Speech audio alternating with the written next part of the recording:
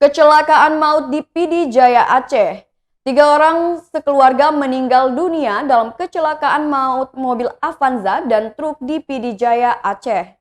Ayah, ibu, dan seorang anak meninggal dunia dalam kecelakaan tersebut.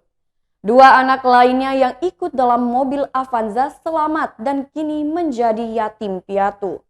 Pasangan suami istri yang meninggal dunia adalah dosen dan staf di Universitas Teku Umar Mulaboh, Aceh Barat, yakni Teku Muhammad Haikal berusia 45 tahun dan Syarifah Munawwaroh berusia 39 tahun.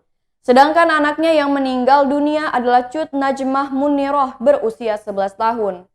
Peristiwa kecelakaan maut terjadi di Jalan Nasional Banda Aceh Medan, Gampong Me Pangwa, Kecamatan Trenggadeng, PD Jaya, Aceh, pada Sabtu 9 Oktober 2021 sore. Kecelakaan itu melibatkan kendaraan truk tronton dengan mobil Avanza. Kecelakaan maut tersebut mengakibatkan 3 orang sekeluarga tewas, yakni ayah, ibu, dan anak.